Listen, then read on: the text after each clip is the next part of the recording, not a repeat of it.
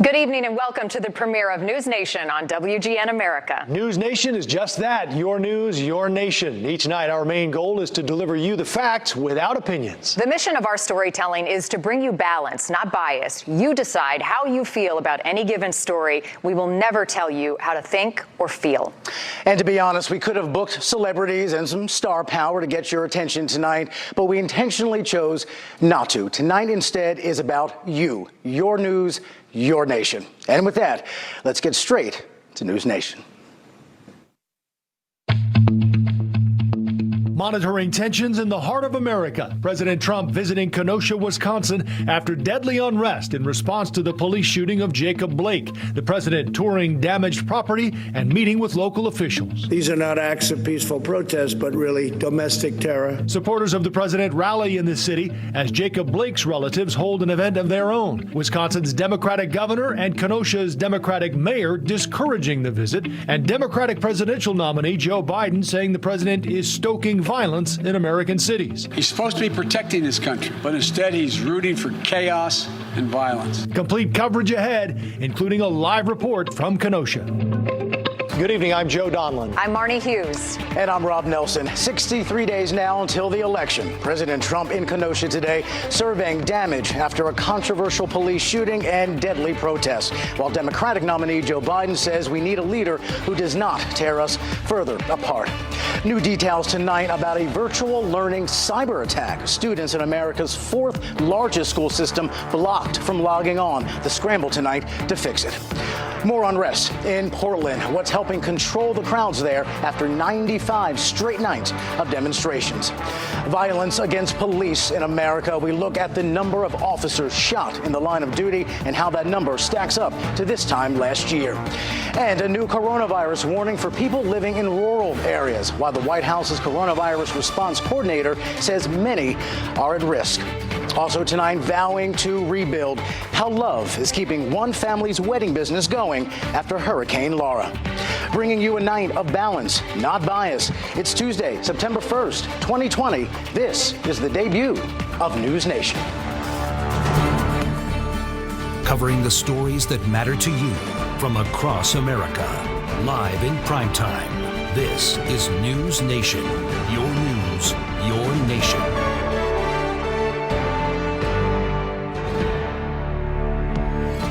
Topping our news tonight, President Trump visiting Kenosha, Wisconsin and announcing $41 million in emergency funding that he says will help local and state officials promote public safety. The president's visit today coming little more than a week after Kenosha police say an officer shot 29-year-old Jacob Blake 7 times as he opened the door of his SUV. And with that, we'll turn to the weather. Heavy rain has been pushing through North Texas all day, leading to some flash flooding there. Dallas is under a flash flood watch until Thursday morning. NewsNation Chief Meteorologist Albert Ramon here now with more. Hello, sir. Hi there. So all the ingredients are in place with a slow-moving front. That's the focus for all of this widespread rainfall, as you mentioned, North Texas. But let's get into it with severe weather in the Panhandle tonight. We just saw a tornado warning canceled between Abilene and Childress and back off to the southeast of Amarillo. Isolated locations of 4 to 6 inches. So we'll keep an eye on the radar. And busy in the tropics, too. 2 new named systems today. We'll have that coming up. All right, Albert, thank you. More than 100,000 people are still in the dark days after Hurricane Laura. So we're going to check in tonight from Lake Charles, one of the hardest hit areas, as people there try to figure out how to rebuild. The hurricane has come and gone, but the effects from the storm are still lingering. We'll tell you where swimmers are being warned to stay out of the water because of dangerous rip currents.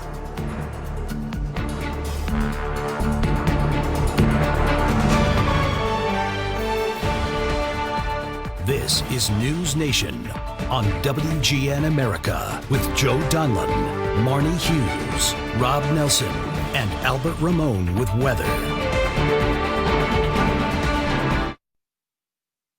Live from Chicago, this is NewsNation. Your news, your nation. And welcome back to you. Here is a look at some of tonight's headlines tonight with balance, not bias. President Trump visited Kenosha, Wisconsin today, meeting with state and local officials about the protests and violence that followed the police shooting of Jacob Blake. The president did not meet with Blake's family during the trip. Polls closed a short time ago in the Massachusetts primary, the highest profile contest on the primary ballot there. Pits incumbent Senator Edward Markey against Congressman Joe Kennedy III. Both sides have called the other out of touch on certain issues. The CDC has temporarily stopped residential evictions due to the COVID-19 pandemic. The order is good through the end of the year and applies to individual renters earning less than $99,000 a year. Treasury Secretary Steven Mnuchin says the move affects about 40 million renters. The federal government plans to send rapid COVID-19 tests to assisted living facilities. Health and Human Services officials say senior daycare centers and home health agencies will be next to get the test. Officials say long-term care facilities account for more than 40% of COVID-19 deaths in the U.S. Residents of Louisiana continue to assess the damage after Hurricane Laura. Many are just now returning to their property to see the destruction firsthand. Turning now to Capitol Hill as the Senate prepares to return to Washington next week. Democrats are asking Republicans to pass more funding for the Postal Service. Should the Postal Service receive more funding from the government? It's your news, your nation. We want to know what you think. Go to our website, newsnationnow.com/feedback. Or you can share your thoughts with us on social media, and we may share some of your comments later on tonight here on the broadcast.